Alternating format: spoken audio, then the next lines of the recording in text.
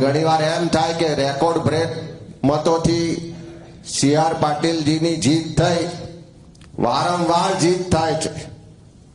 આ record break મતોથી જીતવા પાછળ આ મતદાર યાદીમાં ગડબડી, આ ભૂતિયા ખોટા મતદારો।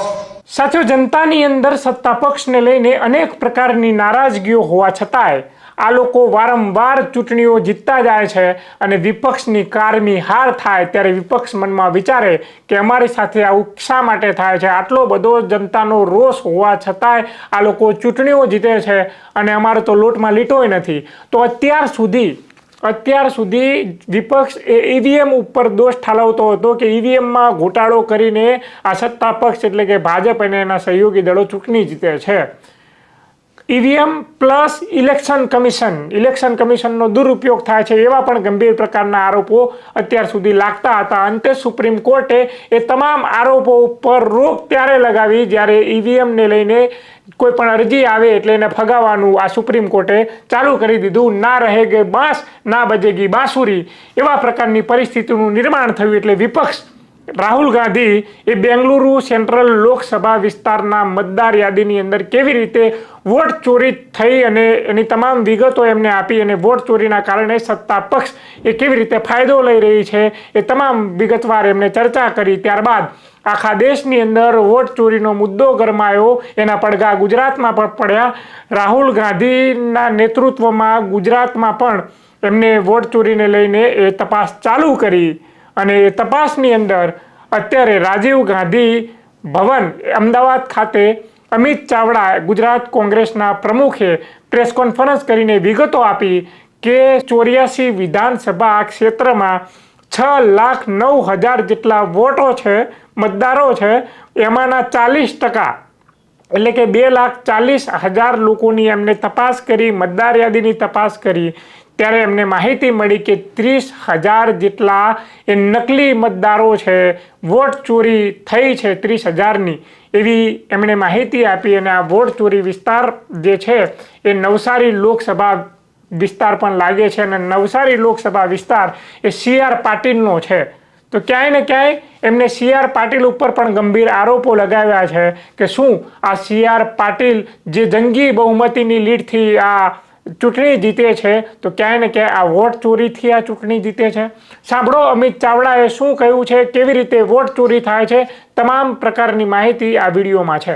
કે આ ખોટા મતદારો છે અને આવા એક બે નહીં અનેક બૂથોના દાખલા છે અને એની વિગતો જોતા એટલું ચોક્કસ થાય કે આ ભારતીય જનતા પાર્ટીના પ્રદેશના અધ્યક્ષનો લોકસભા મત વિસ્તાર છે જે હાલમાં દેશના કેબિનેટ મિનિસ્ટરની પણ જવાબદારી સંભાળે છે। એટલે મોટા નેતાના વિસ્તારથી આ ચોરી પકડાઈ છે અને લાખોની સંખ્યામાં આવી ચોરી હોવાનો 100% પુરાવા સાથે કહી શકાય એમ છે। એનો સ્પષ્ટ મતલબ કે આખા ગુજરાતમાં આવું તંત્ર ચાલે છે। મારે અહીં આપની સમક્ષ થોડા દાખલા મૂકવા છે કે આ 84 વિધાનસભા મત વિસ્તારના ધારાસભ્ય પણ ભારતીય જનતા પાર્ટીના છે।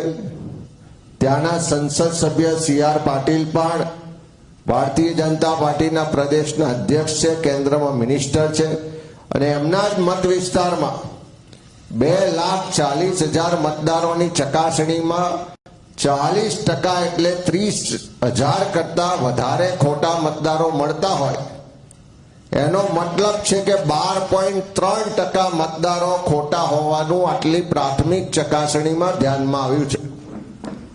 અને હજુ જો 100% એટલે કે આખી 84 વિધાનસભાના 6,09,000 મતદારોની ચકાસણી કરવામાં આવશે તો આ રેશિયો મુજબ જોતા લગભગ 75,000 જેટલા મતદારો ખાલી એક જ વિધાનસભા વિસ્તારમાં ખોટા હોવાની પૂરેપૂરી શક્યતા અને દાખલા છે।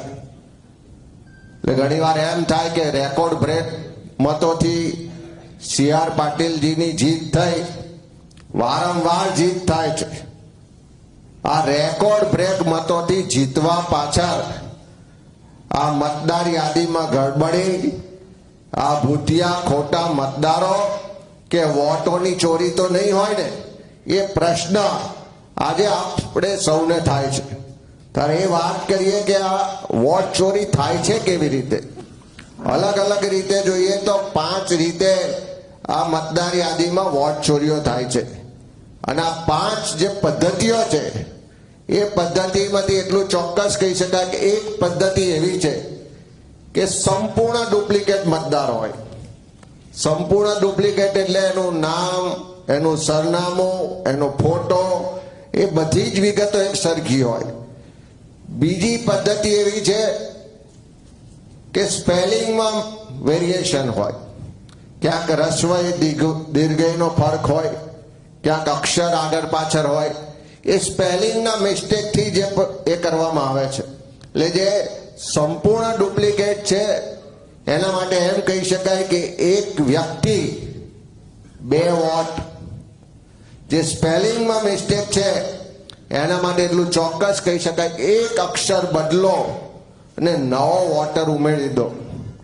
ત્રીજી જે પદ્ધતિ છે કે એક જ વ્યક્તિ છે, બધી જ વિગતો સરખી છે, પણ એપિક કાર્ડ નંબર જુદા જુદા છે.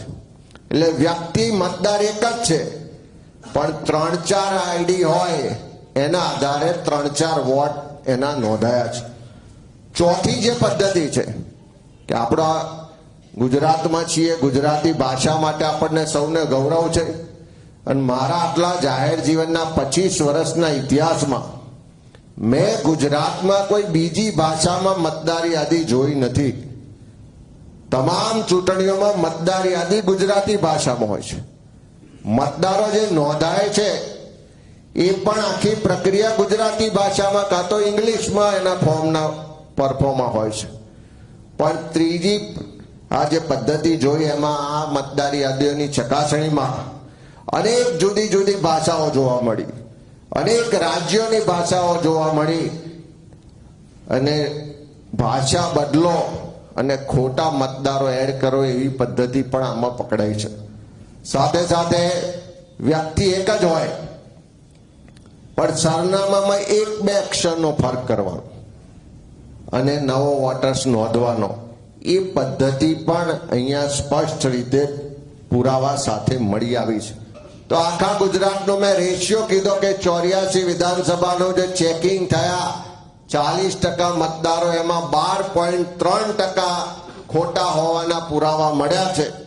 અને એ જ પદ્ધતિથી આખા ગુજરાતની 182 વિધાનસભામાં જોઈએ તો 62 લાખ મતદારો ની ચોરી ક્યાંક ને ક્યાંક થઈ રહી છે. મારે ગુજરાતના તમામ જાગૃત નાગરિકોને વિનંતી કરી છે કે આ લોકશાહી બચાવવી હોય, તમને મને આપણને સૌને જેણે આ દેશના બંધારણે મતનો અધિકાર આપ્યો છે, સમાનતાનો અધિકાર આપ્યો છે, એક વ્યક્તિ એક મત જે આપણો અધિકાર છે, જે સિદ્ધાંત છે, લોકશાહીનો પાયો છે, એના બદલે એક વ્યવસ્થિત ષડયંત્રના માધ્યમથી એક વ્યક્તિ અનેક મત ની ગડબડી કરીને ચૂંટણીઓમાં આખી લોકશાહી ખતમ કરવા માટેનું જે વ્યવસ્થિત ષડયંત્ર ચાલે છે એને ખુલ્લું પાડવાની જવાબદારી આપણા સૌ ગુજરાતીઓની છે. એના માટે એક એક મતદાર યાદીની ચકાસણી કરવાની જવાબદારી પણ આપણા સૌની છે. એક એક મતદારની ચકાસણી કરવાની જવાબદારી પણ આપણા સૌની છે. ત્યારે મારી વિનંતી છે કે આવો બધા સાથે મળી આ લોકશાહી બચાવવાની લડાઈ છે, આ દેશના બંધારણે આપેલા અધિકારોની રક્ષા કરવાની લડાઈ છે, આ વોટરોના મતદારોના અધિકારને છીનવવાનો જે પ્રયત્ન થઈ રહ્યો છે એની લડાઈ છે. બધા સાથે મળીને લડાઈમાં સાથે કામ કરીએ, આગળ વધીએ.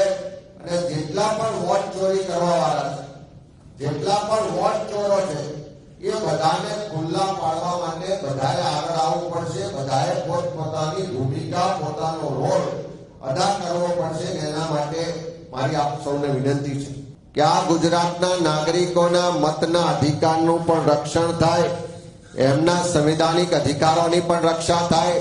અને સાથે સાથે ગુજરાતના એક એક ઘરમાં જઈશું, એક એક મતદારને મળીશું અને 2027 સુધી ગુજરાતમાં જે પણ આ મતદાર યાદીની ગડબડીઓ છે, જે પણ લોકોના અધિકારોની ચોરી કરી રહ્યા છે, જે પણ વોટ ચોરો છે, એ બધાને ખુલ્લા પાડીશું અને આ વોટ ચોરી કરવા વાળા જે લોકો છે એને ગાદી છોડવા માટે પણ મજબૂર બનાવીશું.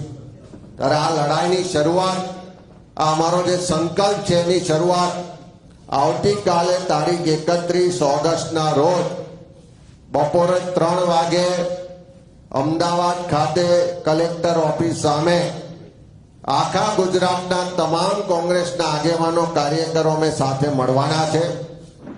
વોટર અધિકાર એક જનસભાના માધ્યમથી અમારો સંકલ્પ છે કે આવતીકાલથી શરૂ કરી અને 2027 સુધીમાં આખા ગુજરાતના એક ઘેર પહોંચીશું, એક મતદારનો સંપર્ક કરીશું, એક ઘરમાં કોઈ પણ જગ્યાએ કોઈ પણ ડુપ્લિકેટ વોટર હશે, કોઈ પણ ભૂતિયા વોટર હશે, કોઈ પણ ખોટું કરવા વાળા હશે, બધાને ખુલ્લા પાડીશું.